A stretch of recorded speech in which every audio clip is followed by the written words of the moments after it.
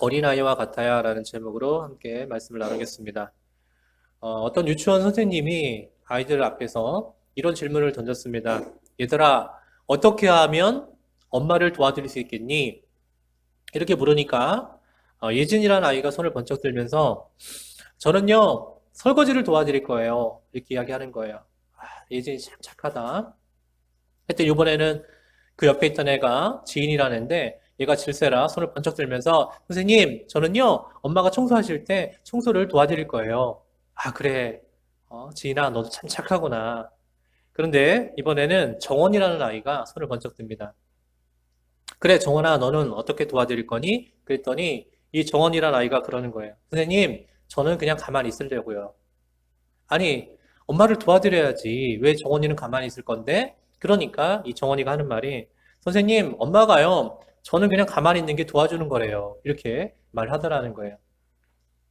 여러분, 아이를 키우는 집이라면 격하게 공감되는 말 아닙니까? 아이들이 뭔가 도와주겠다고 나섰지만 오히려 더 일을 버려놓고 엉망진창으로 만들어 놓고 그런 일들이 많이 있으니까 부모들이 아이들에게 뭐라고 말하죠? 넌 그냥 좀 가만히 좀 있어. 가만히 있는 게 도와주는 거야. 이렇게 말할 때가 있어요. 요즘에 바깥에 외식을 하러 나가면 식당에 노 키즈 존이라고 하는 그런 말이 붙여 있는 그런 식당들이 있다고 합니다. 애들은 들어오지 말라는 거예요. 여기는 안 된다, 안 받는다 그런 이야기입니다. 그런데 여러분 그게 너무한다라고 생각을 하는데 사실 한번 생각해 보세요. 여러분 가정도 노 키즈 존이 있다는 거예요. 여러분 아이들의 집이에요. 그럼에도 불구하고 아이들이 뭔가를 하려고 하면 안 돼. 가만히 있어. 이건 안 돼. 그러면서 노 키즈 존으로 만들어 버리지 않았습니까? 마치 오늘 말씀을 가만히 보면 이제 부모들이 자기 아이들을 예수님께 축복받으려고 데리고 나왔는데 그런데 예수님의 제자들이 아이들을 막아서죠. 그러니까 예수님께서 그러한 모습을 보면서 제자들을 혼내고 아이들을 데리고 와라 라고 하는 그런 말씀처럼 이렇게 느껴진단 말이에요. 그러니까 마치 이 제자들이 하는 모습도 애들을 노키즈 존으로 생각하고 여기 안 된다. 예수님 방해되니까 안 된다. 라고 하는 식으로 막아섰던 것. 이것으로 우리가 많이 이해를 하고 있지 않습니까? 자, 오늘 15절 말씀을 한번 볼까요? 내가 진실로 너희에게 이르노니 누구든지 하나님의 나라를 어린아이와 같이 받들지 않는 자는 결단코 그곳에 들어가지 못하리라. 자, 이 말씀을 우리가 알고는 있지만 이 말씀을 더 잘 이해하려면, 제대로 이해하려면 우리는 이 사실을 알아야 됩니다. 이 말씀을 의미하지 않는 게 무엇인가를 살펴봐야 그래야 이 말씀의 정확한 의미를 알 수 있다고 생각합니다. 첫 번째로 이 말씀은 뭐냐? 어린이라면 무조건 천국에 들어가는 게 아니라고 하는 사실을 알아야 된다는 거예요. 왜냐하면 이 말씀 가지고 어린이들은 무조건 천국 갑니까? 라고 묻는 사람들이 있기 때문에 그래서 그게 아니다라고 하는 사실을 알아야 된다는 것입니다. 자, 어린이들의 구원 문제를 가지고 예로부터 신학자들이 뜨거운 논쟁을 벌여왔습니다. 왜냐하면 성경에 뭐 이건 이렇다 저건 저렇다라고 명확하게 딱 이야기하지 않았기 때문에 이런 말씀을 가지고 이제 갑을 논박이 일어나서 그래서 결국은 어떻게 하는 게 맞는가라고 하는 신학자들 사이에서 논쟁이 줄곧 있어 왔다는 이야기입니다. 특별히 이런 경우입니다. 지적 능력이 좀 떨어지는 아이나 아니면 장애를 가진 아이들이 있단 말이에요. 그럼 그 아이들의 그런 문제, 이 아이들이 이성적인 판단을 할 수 없는 그런 상황이라면 그러면 이 아이들의 구원 문제에 대해서 우리가 어떻게 받아들여야 되는가, 어떻게 생각해야 되는가 라고 하는 그런 부분이 있는 것이죠. 그래서 이에 대해서 크게 두 가지의 견해가 있습니다. 먼저 하나는 부모가 예수를 믿으면 그 아이도 자연스럽게 구원받는다라고 하는 그런 입장이 있다라고 하는 거예요. 그러니까 부모가 예수 믿습니다. 그러면 그들의 아이도 자연스럽게 구원받게 된다. 그런 이야기의 입장이 있고요. 또 한 가지는 지적 미숙아나 아니면 장애 아동이 있단 말이에요. 근데 이 아이들이 자기 스스로 어떤 판단을 해가지고 예수님을 믿습니다라고 고백하기가 어려운 상황이 있단 말이죠. 그럴 경우는 이 아이들이 천국 가는 게 당연한 거 아니냐. 왜냐? 하나님은 사랑의 하나님이시니까. 사랑의 하나님이시니까 그런 경우는 이 아이들이 천국 가는 게 맞다라고 동의하는 그런 입장이 있다라고 하는 것입니다. 자, 이 두 입장을 가지고 제가 생각했을 때, 저도 심정적으로는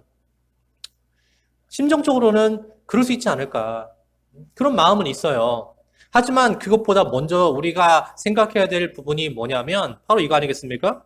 부모가 예수를 믿기 때문에 그 자녀들이 당연하게, 자연스럽게 그냥 다 천국 가게 되는 것이다. 라고 하는 걸 받아들이기보다는 아이가 태어났을 때부터, 그때부터 이 아이에게 하나님을 알게 해주고, 그리고 이 아이가 구원받을 수 있게끔 기도하며 아이들을 신앙교육 잘 시켜가는 것이 부모의 마땅한 도리가 아니겠는가, 부모의 역할이 아니겠는가라고 하는 것입니다. 자, 그러면 이게 몇 살쯤부터 가능하겠는가? 태어나면서부터라고 했잖아요. 그러니까 이게 몇 살쯤이나 돼야 가능하겠는가라고 하는 거잖아요. 그래서 많은 부모들이 생각합니다. 애들이라서 어려서 모른다고. 그래서 애들이 아무리 뭐 성경을 가르쳐주고 또 기도를 가르쳐주고 뭐 그런 걸 가르쳐줘도 애들이 모르니까 적정한 나이가 돼야지 그런 것들을 할 수 있지 않겠느냐고 이야기합니다. 근데 그렇게 잘도 말하시는 분들이 이상하게도 조기 교육은 또 되게 잘해요. 애들이 영어를 어떻게 알아들어요? 애들이 수학을 어떻게 합니까? 그런데 또 그런 교육 같은 건 조기 교육이 엄청 빨라가지고요. 못 알아듣는데도 계속 들려줘야 된다는 거예요. 카세트 테이프, 뭐 CD 이거 계속 틀어주면 애들이 다 알아듣는다는 거예요, 결국은. 이렇게 잘 말하는 분들이 왜 신앙교육은 조기 교육이 안 된다라고 이렇게 말씀하시는지 저는 잘 모르겠습니다. 여러분, 하나님이 쓰신 신앙의 선배들이 어떻게 살았는지에 대해서 위인전 같은 것들을 우리가 살펴보면 그분들은 어릴 때 구원을 경험했다라고 하는 것을 알 수가 있어요. 그러니까 대여섯 살 정도 되었는데도 구원을 체험했다라고 하는 그런 고백들이 있거든요. 물론 그게 표준은 아닙니다. 누구나 다 그렇게 사는 건 아니에요. 하지만 가능은 하다라고 하는 이야기입니다. 어리지만 미취학 아동들도 충분히 하나님을 알고 하나님을 고백하고 또 구원을 체험할 수 있다라고 하는 것입니다. 저는 그것이 가능하다라고 하는 게 성경에도 나온다고 생각하는데요. 사도 바울이 디모데에게 이렇게 말을 합니다. 디모데후서 3장 15절을 보니까 또 어려서부터 성경을 알았나니 성경은 능히 너로 하여금 그리스도 예수 안에 있는 믿음으로 말미암아 구원에 이르는 지혜가 있게 하느니라. 아멘. 자, 이 말씀에 의하면 어린아이도 구원을 경험할 수 있다는 얘기잖아요. 어릴 때부터 성경을 자꾸 말씀을 들려주는 겁니다. 가르쳐 주는 겁니다.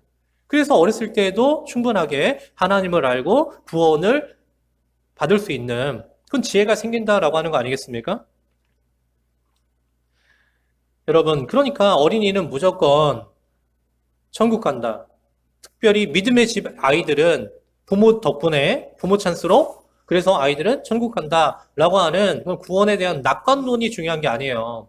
그게 아니란 말입니다. 그것보다는 애가 구원받고 어렸을 때부터 신앙생활을 하잖아요. 그게 빠르면 빠를수록 그 아이의 일생에 그것이 유익한 것이기 때문에 그래서 그렇게 해줘야 된다는 것입니다. 늦으면 늦을수록 물론 나이 먹고서도 예수님 믿고 구원받게 되겠죠. 그런 경우가 있겠죠. 하지만 빠르면 빠를수록 그 아이의 인생에 굉장히 유익하고 도움이 되는 것이기 때문에 부모들은 아이들의 그런 신앙교육에 더욱더 열심을 다해서 신앙교육을 시켜야 된다라고 하는 이야기입니다. 유명한 복음 전도자인 무디 목사님이 있죠. 그런데 이분이 교회학교 교사 시절에 이제 전도를 하고 온 다음에 보고를 이렇게 했습니다. 저 오늘 2사람 반 전도했습니다. 이렇게 이야기했단 말이에요. 그럼 여러분 어떻게 이해하시겠어요? 2사람 반. 무슨 치킨 반마리 뭐 한 마리 이런 것도 아니고 사람을 갖다가 2사람 반 했습니다. 전도. 이렇게 이야기하니까 어떻게 받아들이겠어요? 아, 성인 2명에 어린이 1명 전도하셨군요. 이렇게 받아들이지 않겠습니까? 보통? 그런데 이렇게 말하니까 이 무디 목사님이 그 반대라고 이야기하는 거예요. 아니요, 어린이 2명에 어른 1명 전도했습니다. 이렇게 이야기했다라고 하는 거예요. 이게 무슨 말이겠습니까? 어른은 이미 인생의 절반 이상 살았다는 거잖아요. 그러니까 반사람이라는 거예요, 반사람. 온전한 한 사람이라기보다는 반사람. 그러나 어린이는 온전한 한 사람으로 쳐주는 겁니다. 여러분, 어린이에 대한 인식이 바로 이래야 된다는 거예요, 우리가. 우리가 항상 어린이들을 생각할 때 어린이들은 아직 미숙하고 뭘 할 줄 모르고 교회에 별로 도움 안 되고 이렇게 생각을 많이 하기 때문에 온전한 한 사람의 인격체로 보지 않는다는 것입니다. 아직 미숙하기 때문에 반 정도로만 본다는 것입니다. 그런데 그게 아니라 오히려 어린이가 온전한 한 사람으로 취급받아야 되는 것이고 오히려 늦게 믿게 된 사람들이 반 사람의 취급을 받아야 되는 게 맞다라고 하는 것입니다. 사랑하는 여러분, 여러분은 아이들의 구원 문제에 대해서 어떻게 생각하세요? 여러분들은 정말 우리 애들은 구원받는다라고 낙관하십니까? 내가 믿는 사람이고 믿음의 가정에서 우리 아이들이 있기 때문에 그 믿음의 울타리 안에 있기 때문에 우리 아이들은 당연히 천국 가죠 라고 여러분 낙관하십니까? 그런데 그런 안일함과 그런 착각 때문에 오히려 아이들의 신앙 문제가 더 나빠지기도 하고 그리고 아이들의 인생도 망쳐질 수 있다는 사실을 우리가 알아야 됩니다. 요즘에 교회마다요, 교회 학교가 텅텅 빈다는 말을 합니다. 큰 교회, 작은 교회 할 것 없이 교회 학교가 굉장히 많이 축소가 되었고 아이들이 없어요. 근데 많은 사람들이 그럽니다. 나 교회 책임이다. 교회가 얼마나 재미가 없으면 애들이 안 가냐. 이렇게 이야기를 합니다. 물론 교회 책임이기도 해요. 하지만 그게 전적으로 다 교회 책임이냐? 그렇지가 않다라고 하는 것입니다. 교회는 재미가 없고 세상에 재미거리가 많으니까 아이들이 다 세상으로 나갔다? 여러분 그 이전으로 한번 되돌려 보세요. 그것보다도 신앙교육은 제일 1차적으로 어디의 책임이냐? 바로 가정입니다. 여러분 가정의 책임이다라고 하는 것입니다. 부모예요, 부모. 부모들이 아이들에게 어떤 모습을 보여주느냐에 따라서 아이들이 그걸 그대로 보고 배운다는 이야기입니다.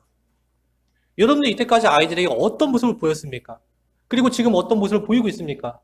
바로 그걸 그대로 흡수해서 아이들이 똑같이 따라하고 있다는 사실을 우리가 알아야 된다는 것입니다. 영국의 시인 윌리엄 에드워즈가 그랬어요. 아이는 어른의 아버지다. 아마 들어보셨을 겁니다. 아이는 어른의 아버지다. 무슨 말입니까? 내가 먼저 잘해야 된다는 거예요. 부모인 내가 먼저 잘해야 된다라고 하는 사실입니다. 그래서 우리 아이들의 입에서요, 그냥 즐겨 나오는 말이 막 욕이에요, 욕. 요즘 애들이 욕을 안 하는 애들이 없어요, 욕을. 욕을 그렇게 잘해. 예? 욕, 비속어, 뭐 말줄인 거, 이런 것들이 얼마나 많이 그냥 툭툭 튀어나옵니까? 그럴 게 아니라 아이들의 입에서 성경 말씀이 튀어나와야 되는 거예요. 응? 애들 유행가 얼마나 잘합니까? 얼마나 가요 이런 거 얼마나 잘해요. 근데 그게 아니라 은혜로운 찬양이 나와야 되고요. 또 아이들의 꼭 쥔 손에 스마트폰 들려있는데 아이들이 그냥 24시간 붙들고 있어야 될 게 이 스마트폰이 아니고요. 두 손을 꽉 잡고 그 고사리 같은 손으로 하나님 앞에 기도하는 그런 아이들이 되어야 되지 않겠습니까? 그런 모습으로 회복되어지게 우리 부모들이 여러분 더욱더 열심을 다해야 되지 않겠습니까? 그렇게 해가지고 예수님께서 사랑하시고 예수님께서 축복하시고 기뻐하시는 그런 아이들의 모습으로 온전하게 회복되어지는 역사가 나타나기를 간절히 축복합니다. 두 번째로 오늘 우리가 함께 읽었던 이 말씀은요. 어린이를 과잉보호하거나 아니면 방임해도 된다라고 하는 얘기를 하는 게 아니에요. 자, 간혹 예배 시간에 말썽 피우는 아이들이 있습니다. 막 소리 빽빽 지르고 막 뛰어다니고 그럼 부모는 또 막 쫓아가서 잡으러 다니고 그러면 또 안내하던 분이 그분들 이렇게 설득해가지고 유아실 들어가라고 이렇게 또 하고 이런 장면들이 있단 말이에요, 교회마다. 근데 대부분의 부모들은요, 그러면 미안해 하면서 그냥 유아실 들어가요. 근데 또 어떤 부모는요, 굉장히 그 기분 나빠하는 부모가 있더라고요. 그러면서 하는 말이 뭐냐면, 아니, 성경에 예수님 앞에 아이들이 나왔는데, 그걸 갖다가 제자들이 못 나오게 막았었더니, 예수님께서 제자들을 혼내시고, 이 아이들에게 뭐라고 말씀하시느냐? 하나님 나라는 이런 자들의 것이다. 라고 말씀하신 거 모르세요? 또 이렇게 따져 묻는 분들이 있습니다. 저는 이게 심각한 병이라고 생각합니다. 어떤 병이냐? 이게 바로 아는 것이 병이다라는 병이에요. 알긴 알아요. 뭔가 알아요. 근데 그 아는 걸 갖다가 잘못 써먹는 거예요. 여러분, 그럼 저는 그렇게 말하는 분들에게 이렇게 물어보고 싶습니다. 자, 성경에 이 말씀이 있는 곳에 아이들이 예수님께서 한참 말씀하시거나 뭔가를 하고 계시는데 근데 이 아이들이 예수님 앞에서 막 방방 뛰고 난리치고 떠들고 뛰었다는 말씀이 있나요? 그랬어요? 그런 말씀 없잖아요. 없죠? 그러니까 여러분 우리가 꼭 성경을 갖다가 유리한 식으로만 읽으려고 하는 그런 게 있어요. 자기 유리한 대로만. 한번 생각해봐요. 만약에 애들이 정말 너무 나댔어요. 예수님 앞에서 정말 방방 뛰고 막 뛰어다니고 난리를 치고 예수님 말씀 못하시도록 방해하고 그럴 정도였습니다. 그러면 예수님께서 괜찮다, 괜찮다. 천국은 저런 자들의 것이야 라고 하셨을까요? 저는 예수님께서 약간의 주의는 주셨을 거라고 생각을 합니다. 그 부모들한테 애들 좀 붙잡으라고 하든지 아니면 못 떠들게 하라고 하든지 뭔가 하셨을 거라고 생각이 들어요. 여러분, 물론 천방지축으로 뛰는 아이들을 무조건 그냥 애들은 가만히 있어 그러면서 쌀가마니 취급하라는 이야기 아닙니다. 아이들을 대할 때 한 사람의 충분한 동일한 인격체로서 여겨져야 되는 건 맞다라고 하는 이야기입니다. 자, 우리 어린이들한테 한번 질문을 던져볼게요. 자, 우리 어린이들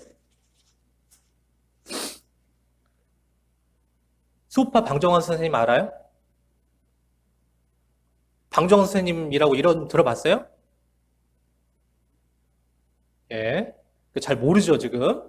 예, 수우파 방정환 선생님이 누군지 잘 모르잖아요, 그죠? 여러분, 어린이날을 만든 분이에요. 예? 여러분들 그렇게 좋아하는 어린이날을 만드신 분이 수우파 방정환 선생님입니다. 근데 창시자를 몰라요. 누군지 모른단 말이에요. 자, 그 전까지만 하더라도요, 여러분, 어린이란 말이 없었어요. 근데 이 어린이라고 하는 좋은 명칭이 이분을 통해서 이제 만들어지게 된 겁니다. 1923년에 방정환 선생님이 어른들에게 드리는 글이라고 하는 그런 이렇게 글을 썼거든요. 그 중에 몇 가지만, 위에서 몇 가지만 제가 이렇게 말씀을 드릴게요. 자, 보니까 이런 말씀을 하셨죠. 어린이를 내려다보지 마시고 쳐다보아 주시오. 어린이를 늘 가까이 하사 자주 이야기를 하여 주시오. 이발이나 목욕, 의복 같은 것을 때맞춰 하도록 하시오. 자, 이것만 보더라도 우리가 뭘 느낄 수가 있죠? 아이들에 대해서 공감해주고, 그들의 인격을 대우해주고, 그리고 그들의 필요를 채워주어라. 그들의 권리를 채워주어라. 그런 이야기 아니겠습니까? 여러분, 옳은 말씀이죠. 애들이라고 해가지고, 그냥 뭐 애새끼 취급하고 막 이렇게, 그러면 안 되잖아요. 우리 아이들도 어른과 동등한 인격체로서 그렇게 대우받고 또 권리를 주장할 그런 존재라고 하는 것입니다. 자, 그런데 아무리 이 뜻이 좋지만, 근데 이걸 갖다가 선을 넘어버리는 또 행위를 해버리면 안 된다는 것입니다. 너무 좋은 것이지만, 근데 또 선을 넘어버리는 경우들이 있다는 거예요. 자, 오늘날 신세대 부모들이 추구하는 교육을 보면 주로 어떤 교육이냐? 이게 방임주의적인 교육이라는 겁니다. 방임주의적이다. 이게 또 나쁜 말이긴 하지만 그냥 보면은 딱 그렇게 보여요. 뭐냐면 애들을 좀 이렇게 풀어놔주는 겁니다. 자유롭게. 풀어놔주는 교육. 이게 선진화된 그런 교육이기도 하거든요. 그러니까 선진국에서 많이 쓰는 교육입니다. 그래갖고 선진국에서 쓰는 교육이니까 좋은 것이다라고 하면서 우리가 들여다가 수입해다가 이제 쓰는데, 근데 여러분 그걸 아셔야 돼요. 외국 아이들이 우리가 봤을 때는 굉장히 자유로워 보이지만, 그런데 그 자유로움 속에는 규칙이 있다라고 하는 사실입니다. 그냥 무분별하게 모든 게 다 가한 게 아니라 그 자유로움 속에는 꼭 지켜야 될 그러한 기초적인 규율이 있다라고 하는 거예요. 틀이 있습니다. 그래서 여러분 외국 아이들을 보면요. 자유롭게 뛰어놀지만 그러나 뭘 잘 지키죠? 매너를 잘 지킵니다. 매너가 있단 말이에요. 근데 우리 부모들이, 한국 부모들이요, 아이들의 자유로운 모습만 보고 그거 하나만 꽂혀가지고 그걸 받아들이고 다른 건 안 보는 것 같아요. 그러니까 아이들이 어떻게 됩니까? 뭐 난리를 쳐도 그냥 내버려 두는 거죠. 그 외국 부모들이 봤을 때 그 이해가 안 간다는 거예요. 한국 부모들은 왜 아이들이 공공장소에 가가지고 소동을 피우거나 아니면 난리를 칠 때 그걸 왜 제재하지 않는가? 그걸 왜 그냥 내버려 두는가? 이렇게 의아하게 생각한다는 이야기입니다. 그래서 외국인 입장에서 봤을 때 한국인들을 객관적으로 본 그 책이 있거든요. 한국인을 말한다라는 책에서 이런 말을 합니다. 한국 아이들은 끊임없이 응석을 부린다. 특히 남자들 같은 경우에 뭔가 참고 또 기다리는 것을 잘 교육받지 않았기 때문에 어른이 돼서도 모든 걸 즉각적으로 자기 마음대로 하려고 하는 그러한 충동을 느낀다. 그죠? 그런 것 같죠? 그래서 자기가 하려고 하는 일이 마음대로 안 되면 그럼 결국 성질을 부리게 된다. 근데 서양 사람들이 이걸 봤을 때 어떻게 보이느냐? 한국 부모들이 지나치게 애들한테 관대한 것처럼 보인다는 거예요. 관대하게 느껴진다는 거예요. 근데 그게 애들을 결국은 망쳐버리게 된다라고 본다라고 하는 것이죠. 저는 극하게 공감합니다. 맞다라고 생각합니다. 내 새끼 귀한 거 알고요. 그리고 내 새끼의 자유가 중요한 거 알아요. 하지만 다른 사람들에게 피해를 주면서까지 그렇게 하면 안 되잖아요. 자기 집에서 그러는 건 누가 뭐라고 하겠습니까? 그런데 다른 많은 사람들이 있는 공공장소에 가가지고 다른 사람들에게 피해를 줘가면서까지 그렇게 하고 있는데 부모들이 모른 척하고 있다? 나 몰라라 한다? 그리고 누군가가 좀 조용히 시키라고 하면은 기분 나빠한다? 분명히 문제가 있는 거 아니겠습니까? 여러분, 선진국의 좋은 교육을 받고 자란 아이들은요, 절대 그러지 안 합니다. 절대 그렇게 안 합니다. 그러면 우리나라 애들은 선진 교육을 들여왔다라고 하고 그걸 갖다가 교육 받았다라고 하는데 왜 그럼 차이가 나는 걸까요? 그럼 뭐가 문제일까요? 그 문제의 원인은 바로 부모에게 있다라고 하는 거예요. 아이가 문제가 아니라 1차적으로 부모 책임이라는 이야기입니다. 많은 부모들이 이런 이야기를 하더라고요. 얘들이 내 말은 안 듣는데 다른 사람 말은 좀 들어요. 이러거든요. 애들이 내 말을 안 듣는데요. 부모 말을 안 들어요. 그런데 다른 사람이 뭐라고 하면은 그냥 듣는다는 거예요. 근데 여러분, 전통 유대인의 가정에서 보면 완전 반대거든요. 유대인 가정에서는 아이들이 부모 말을요, 100% 신뢰합니다. 다른 사람의 말을 듣는 게 아니라 부모들의 말을 100% 신뢰한다라고 하는 것입니다. 그 뭐가 차이일까, 이 차이가? 바로 이거죠. 어려서부터 훈련받지 못한 부모와 훈련받은 부모의 차이다라는 것입니다. 어렸을 때 그 부모예요, 부모. 그 부모가 가정교육을 어떻게 받았느냐, 이게 중요한 거라는 거예요. 그래서 훈련 받았느냐, 못 받았느냐, 이 차이가 아이들에게 고스란히 나타나게 되는 것이라는 거죠. 자, 요즘에 개통령으로 유명한 강영욱이라고 하는 그런 훈련사가 있잖아요. 너무 유명하지 않습니까? 근데 이 프로그램을 이렇게 보고 있잖아요. 그러면 되게 문제 많고 싸나운 그런 개들이 많이 나와요. 사람 막 물려고 하고, 주인도 물어요, 심지어는. 그런 개들이 많이 나옵니다. 근데 강영욱이라는 사람이 가가지고 뭐 이게 반복적인 훈련을 몇 번 좀 이렇게 하고 나니까 마법처럼 그 잘못된 행동들이 교정되는 걸 보면서 참 신기하다라는 생각을 하거든요. 근데 신기하다라고 하는 생각보다는 저는 무슨 생각이 더 많이 드냐면 이겁니다. 아니, 이 프로는 문제 개를 훈련시키는 프로인가? 아니면 문제 견주를 훈련시키는 프로인가? 라는 그런 생각이 들더라고요, 나중에 가서. 제가 왜 그 생각을 하게 됐냐면, 자, 표면적으로는 그 문제 개를 데려다가 훈련시키는 거예요.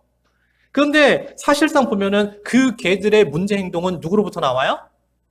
바로 그 개의 주인으로부터 발생한 거란 말이에요. 그 개 주인이 이 개의 잘못된 행동을 유발시켰다는 이야기입니다. 그래서 그걸 예리한 눈으로 강훈련사가 캐치해가지고 결국은 견주들을 훈련을 시킵니다. 개들을 목줄 잡고 하는 것 같지만 사실은 견주들을 훈련시키는 거나 다름없는 거예요. 그렇게 함으로 인해서 결국 견주들의 잘못된 행동이 교정되고 그래서 자연스럽게 문제견들의 그런 잘못된 행동도 고쳐지는 그런 일들이 일어나게 되는 것이죠. 여러분 오해는 마세요. 여러분들의 문제 있는 아이들이 문제 있는 그런 개처럼 견공처럼 저는 똑같이 취급하고 있는 게 아닙니다. 뭘 말하고자 하는 거냐면 먼저는 누구 책임이다? 바로 부모 책임이다. 견주가 문제인 것처럼 부모의 책임이다 라고 하는 것을 말을 하는 것입니다. 그래서 부모들이 아이들에게 신앙교육을 잘 시켜줘야 되고 또 인성교육, 사람의 도리 이걸 잘 가르쳐줘야 되는 건데 근데 부모가 먼저 그런 사람이어야 된다는 거예요. 그런 사람이어야지만 아이들에게도 그렇게 교육이 갈 수가 있습니다. 그래서 유대 격언에 이런 말이 있죠. 부자에게는 자녀가 없다. 상속자만 있을 뿐이다. 라는 그런 말이 있어요. 여러분 아이들에게 뭘 물려주는 게 좋을까요? 돈입니까? 아니면 스펙입니까? 물론 우리가 이 땅을 살아가면서 이게 필요 없다는 게 아니에요. 필요하죠. 하지만 더 중요한 게 무엇입니까? 신앙교육과 인성교육이라는 거예요. 이 두 가지가 꼭 필요합니다. 흔히 옛 어르신들이 우리에게 이런 말 하지 않습니까? 옛날에는 그래도 애들이 말을 잘 들어먹었다고. 근데 요즘 애들은 말 진짜 아주 들어먹질 않는다고, 안 듣는다고 그렇게 말하지 않습니까? 자, 그럼 한번 생각해 볼까요? 옛날에는 말을 그렇게 들었다는데 왜 들었을까요? 어른들이 몽둥이 들고 막 패가지고 벌 세워서 그래서 무서워서 여러분 사람이잖아요 우리는 단순히 맞고 벌 쓰는 게 무서워가지고 우리가 말 잘 들었을까요? 그렇지 않아요. 여러분 가만히 한번 생각해 보세요. 그때는 우리 교육이라고 하는 것이 굉장히 단순했습니다. 심플했다는 거예요. 그러니까 다양한 교육이 존재하지 않았다는 거예요. 심플했습니다. 한마디로 말하면 자 믿는 집 아이는 어렸을 때부터 어떤 교육을 받아요? 신앙교육을 받아요. 집에서. 믿는 집 아이는 집에서 부모로부터 신앙교육 받으면서 자란다는 것입니다. 자, 그리고 학교 가면요. 학교 선생님들이 학교 과학 교과목을 먼저 가르치는 게 아니라 뭘 가르쳐요? 먼저 사람이 되는 법을 가르쳐요. 먼저 사람이 되거라. 인성교육을 시켰다는 거예요. 그러니까 크게 봤을 때 신앙교육과 인성교육 그 두 가지가 가장 중요했다는 이야기입니다. 옛날에는. 그러니까 옛날에는 말 들어먹은 거예요. 그걸 교육받았기 때문에. 근데 요즘에는 엄청나게 다양한 교육이 있습니다. 기본적인 교육에서 파생된 교육들이 또 얼마나 많아요? 그러다 보니까 부모들이 다 거기에만 관심을 두고 거기에만 초점을 두는 거예요. 그러다가 가장 중요한 두 가지를 빼먹어버린 거죠. 신앙교육과 인성교육을 제외하고 그저 영어, 수학. 그저 애들이 말귀도 못 알아듣는데 그냥 어린애들부터 영어, 수학. 그렇게 들들들 볶으면서 아이들을 키웠던 겁니다. 그러니까 애들이 말을 들어먹을 리가 없죠. 예? 사람이 안 됐는데. 신앙교육도 안 됐는데. 여러분, 하나님 나라는 어떻게 들어갑니까? 자, 오늘 말씀에 뭐라고 이야기합니까? 어린아이와 같아야 들어간다 그랬잖아요. 어린아이와 같아야 들어간다. 여러분, 하나님 나라에 들어갈 수 있는 두 가지 방법이 무엇입니까? 죄를 회개하고 예수님을 믿음으로 말미암아 우리가 하나님 나라 들어가는 거 아니겠습니까? 자, 그러면 누가 회개하고 누가 믿을 수 있을까요? 누가 더 쉬울까요?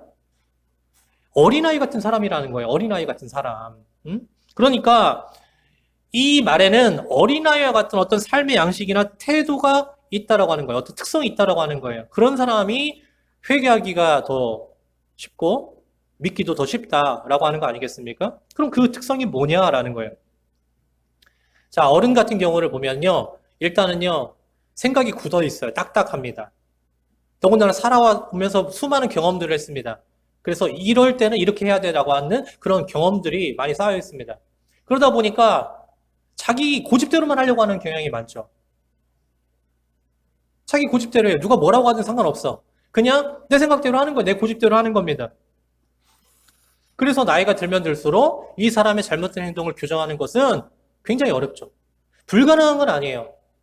할 수는 있을 수 있어요. 하지만 불가능에 가깝죠. 어렵다는 이야기입니다. 그러나 아이들은 어떻습니까? 뭔가 잘못했을 때 데려다 놓고 훈육을 해요. 타이르기도 하고 가르칩니다. 그러면 아이들이 잘못을 깨닫고 용서를 구하고 자기들의 잘못된 행동을 교정합니다. 아이들이니까 가능한 거예요. 자, 그런 모습을 통해서 우리가 볼 수 있는 게 무엇입니까? 바로 아이들은 순수하고 단순하고 수용적이다라고 하는 걸 깨달을 수가 있죠. 어른들은 그렇지가 않아요. 굉장히 폐쇄적이고 그리고 자기만 알고 굉장히 인색합니다. 그런데 아이들 같은 경우는 그게 아니라 잘 믿고 잘 받아들이고 잘 변한다는 것입니다.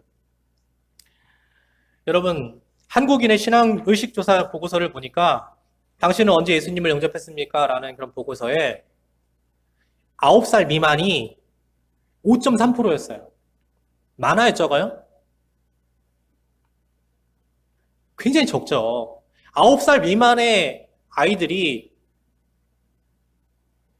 예수님을 영접한 거예요. 굉장히 적지 않습니까?